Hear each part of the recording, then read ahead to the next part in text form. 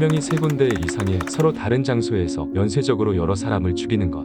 살인을 위한 살인을 하는데 그 목적을 둔 연쇄살인. 그들은 왜 사람을 죽이고 싶어 할까요? 단순히 선천적 사이코패스 살인마라는 정의만으로 그들을 설명할 수 있을까요? 대부분의 연쇄살인범들은 성장기 동안에 물리적, 정신적, 성적 학대를 반복적으로 받았다고 하는데요. 그들의 부모들이 거의 동일한 모습의 방치 또는 학대를 가한 것이죠. 성장기에 있는 아이에게 좋은 본보기가 되어야 할 부모들이 최소한의 사회화 기능도 알려주지 않는 것은 곧 타인과의 관계 구축을 함에 있어 어려움으로 느껴지게 되고 결국 이것은 나아가 사회적으로도 방치되는 결과를 낳게 됩니다.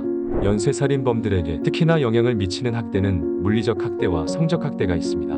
성장기 아이에게 이런 학대들은 폭력적인 환상을 심어주게 되면서 내부에 쌓이는 공격적 성향도 커지고 결국 자신이 받은 학대와 비슷한 형식으로 동물이나 약자에게 표출하게 된다고 합니다.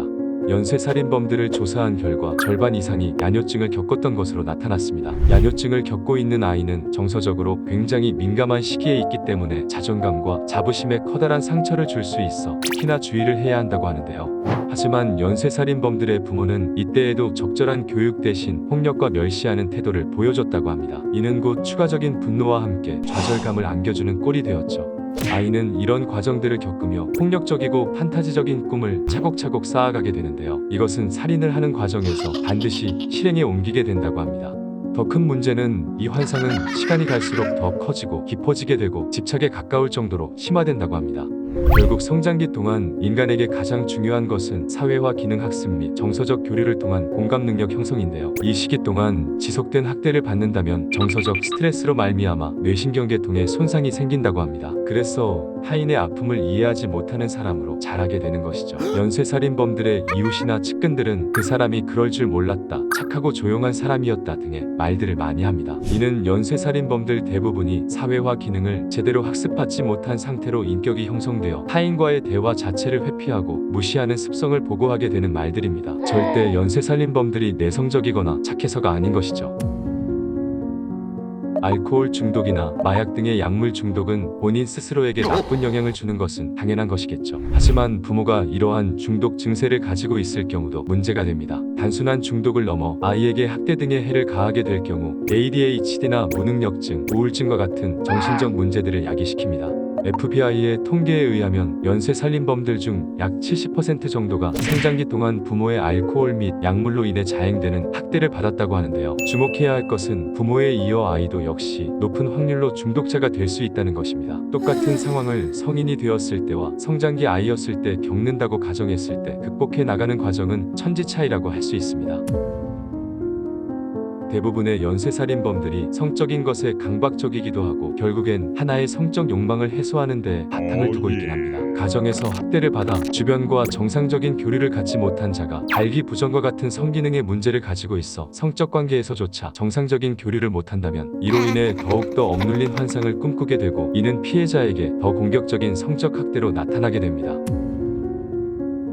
반복적인 물리적 학대로 머리 부분에 외상을 입게 되면서 감정을 담당하는 변연계 부분이나 전두엽 및 측두엽 부위에 손상을 받으면 공격적인 성향을 조절하는 기능에 문제가 생겨 발작적인 폭력을 휘두르게 된다고 하는데요. 실제로 과반이 넘는 연쇄살인범들이 성장기나 사춘기 시절에 신체적 외상으로 인해 정신적인 문제가 생기게 되고 폭력적인 성향으로 변하기도 한다고 합니다. 인간은 성장 과정에 따라 기본적인 인격이 형성됩니다. 우리에게 흥미를 유발시키고 매력적인 면까지 보이는 등의 선천적인 사이코패스 살인마는 영화나 드라마, 소설의 캐릭터로 소비되는 경우가 더 많습니다. 대부분의 연쇄살인범들은 악마로 태어난 것이 아니라 주변 환경에 의해 서서히 악마로 변모했던 자들인 것이죠.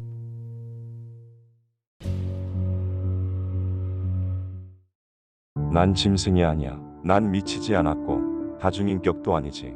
난 그냥 보통의 한 사람이야.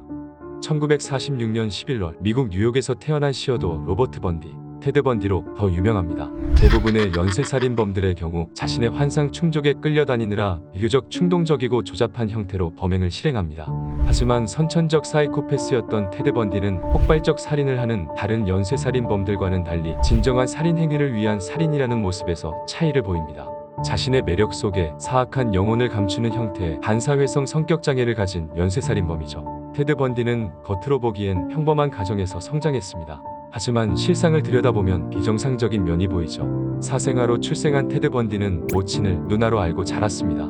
외조부모인 샘과 엘리너 코엘 부부가 부모의 역할을 하였는데요. 외조부 샘은 악에 가득한 인종차별주의자였고 동물학대는 물론이고 아내인 엘리너에게도 지속적인 폭력을 행사합니다.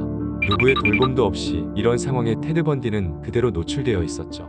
누나로 알던 친모가 재혼하면서 같이 따라 나오게 되고 외조부로부터 탈출할 수 있었지만 계부에게도 미움을 받고 친모 또한 계부와의 사이에서 낳은 아이들만 챙기며 그에게는 냉담하게 대합니다. 이런 불우한 환경이 훗날 그의 끔찍한 행동을 옹호할 방패막이 되는 것은 아니지만 그의 뒤틀린 내면 형성에는 많은 영향을 끼쳤음을 알 수 있는 대목이죠. 이 시기는 테드 번디 스스로도 자신에 대해 깨닫는 시기이기도 했습니다. 자신에게는 양심, 타인을 배려하는 이타심 등이 없다는 것이었습니다. 이내 사람들을 유심히 관찰하기 시작하죠. 이를 통해 테드 번디는 정상인들의 행동을 흉내내는 법을 배우는데 성공합니다. 방법을 제대로 터득한 탓에 살인죄로 체포되기 전까지 테드 번디의 가장 친한 친구조차 그의 어두운 면을 몰랐다고 하네요. 테드 번디가 대학생일 때 만난 다이앤 마조리 지인 에드워즈라는 여자는 그의 처음이자 마지막 사랑이었습니다. 섬뜩한 것은 그의 훗날 범행 대상이 된 피해 여성 대부분이 다이앤과 상당 부분 흡사했다는 것인데요. 인류 로스쿨 진학의 꿈이 좌절된 테드 번디는 퓨젯 사운드 로스쿨 야간대학에 진학하게 되는데 이 과정에서 다이앤에게 차이게 됩니다. 테드 번디의 자존심은 크게 다쳤죠. 여기서 그의 주살인 목표가 정해지게 됩니다. 자신이 사귀었던 다이앤과 같은 지적이고 아름다운 여대생. 그녀를 못 잊어서가 아니라 단순히 테드 번디의 여성 취향이 범행 대상으로 이어진 것입니다. 이후 테드 번디는 억눌러왔던 살인 충동을 이기지 못하고 1974년 1월 18세 여성 살인 미수 사건을 시작으로 1974년 2월에는 린다 앤 힐리, 조젠 호킨스, 수잔 랜코트, 로버타 캐슬린 파크스, 브렌다 볼 등등을 여러 달에 걸쳐서 살해합니다. 1974년 7월에는 데니스 네스런드와 제니스 오트라는 여성을 동시에 살해하는데요. 이때 목격자에 의해 테드라는 이름이 처음으로 경찰 수사망에 오르게 되죠. 1974년 9월 테드 번디는 수사망을 피해 유타주로 이사를 갔지만 여전히 살인은 멈추지 않습니다.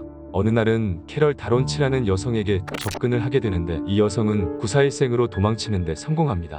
화가 난 테드 번디는 불과 4시간 만에 데비 켄트라는 여성을 납치하고 살해하죠. 이후 솔트레이크 시티, 콜로라도주까지 진출해 최소 5명을 살해했고 1975년 3월 워싱턴주 테일러 살에서 실종됐던 여성들의 시체들이 발견됩니다. 활개를 치고 다니던 테드 번디는 1975년 8월 16일 전조등을 끄고 고개 운전을 하다 경찰에게 잡힙니다. 차 안을 살펴보던 경찰은 얼음 송곳, 팬티 스타킹으로 만든 복면, 수갑 등의 의심스러운 물건을 발견하여 곧장 체포하죠. 극적으로 테드 번디에게서 탈출했던 캐럴 다론치에 의해 범인 지목을 받고 납치죄가 가중되면서 1976년 2월 15년형의 실형을 선고받습니다. 이후 콜로라도 살인 사건에 대한 추가 징후 발견으로 1977년 1월에는 콜로라도로 이감되죠. 1977년 6월 7일 자신의 변호를 위한 자료 수집을 명목으로 법원 도서관 출입 허가를 받는데 성공한 테드 번디는 경비원이 한눈을 파는 사이 도서관 2층 창문에서 뛰어내려 탈출하지만 8일 만에 다시 체포됩니다. 같은 해 12월에는 몰래 들여온 쇠톱으로 통풍구에 구멍을 내고 또 한 번 탈옥을 감행하는데요. 플로리다 주까지 간 테드 번디는 스스로 법정 진술도 거부할 만큼의 끔찍한 사건들을 수차례 저지릅니다. 그렇게 도망자 생활을 계속하던 1978년 2월 12세 소녀 킴벌리 리치를 살해하고 도난 차량을 몰고 다니다 일주일 만에 붙잡힙니다. 1979년 5월에 진행된 재판은 미국 전역은 물론 전 세계에 생방송이 될 정도로 이슈가 됐습니다. 그리고 1979년 7월 24일 배심원단에 의해 최종적으로 사형이 확정되었죠. 이후 사형을 면해보려 정신 이상도 주장하고 숨겨왔던 범행들에 대해 FBI에게 모두 털어놓고 거부하던 변호인단에게 도움도 청하며 3년 동안이나 사형 집행을 미뤘지만 결국 결과가 바뀌는 일은 없었습니다. 우리 연쇄살인범들은 너희들의 아들이고 남편이야. 우리는 어디에나 있어. 내일은 더 많은 아이들이 죽어 있을 거다.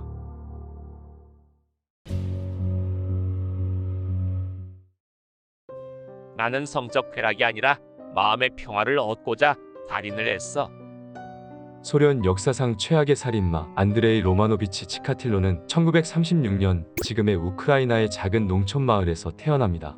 유아 시절에 만성적인 야뇨증으로 모친에게 호되게 혼나고 사춘기를 지나는 과정에서 자신이 발기부전이라는 것을 깨닫게 됩니다. 정력제를 먹고 민간요법까지 동원해보지만 필사적으로 모색한 방법들이 모두 실패로 끝나면서 절망에 빠지죠. 치카틸로는 그 대안으로 독서와 학문에 열중하게 되는데요. 이 모습으로 인해 마을 안에서는 수재라는 평을 받기도 하지만 당시 최고 명문인 모스크바 대학 법학부 수험에서 떨어지고 공업전문대학교에 들어갑니다. 당시 소련의 결혼 정년기는 10대 후반에서 20대 초반이었는데요. 발기부전으로 항상 초조했던 치카틸로는 27살이 되어서야 여동생의 소개로 만난 3살 연하의 여인과 결혼하게 됩니다. 치카틸로는 발기부전을 숨기기 위해 숨결을 지켜주고 싶다는 변명으로 성관계를 피했는데요.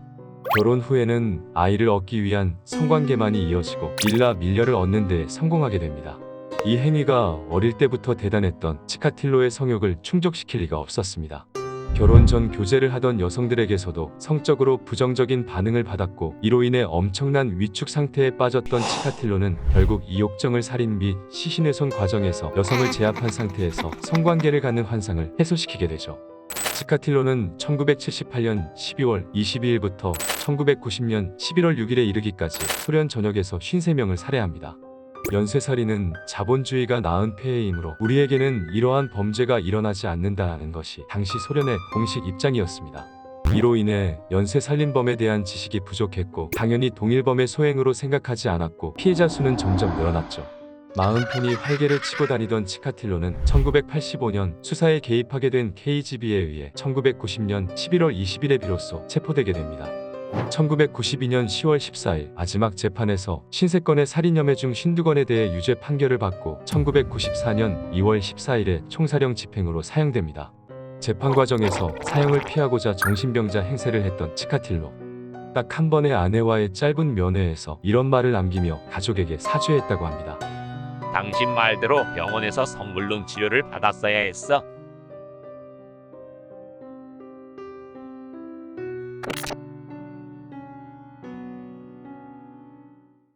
저희 스토 영상이 마음에 드셨다면 좋아요와 구독 부탁드릴게요.